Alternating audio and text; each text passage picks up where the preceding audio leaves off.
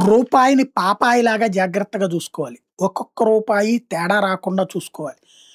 అదే సందర్భంలో రూపాయిని చిల్ల పెంకుల్లా, చిత్తు కాగితాల్లో చూసుకోకూడదు.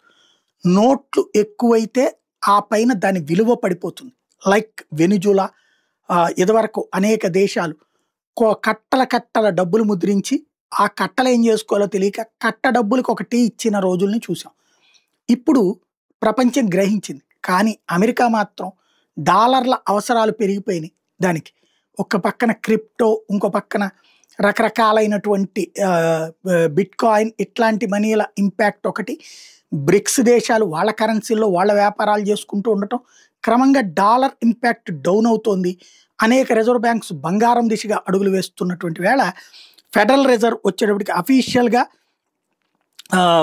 విపరీతమైనటువంటి మనీ ఫ్లోటింగ్‌కి అడుగులు వేస్తుండటం అన్నటువంటిది సంచలనం సృష్టిస్తోంది. ఇది అమెరికాకి ఏదన్నా జలుబు వస్తే మనకిక్కడ చీముడు వస్తదనమాట.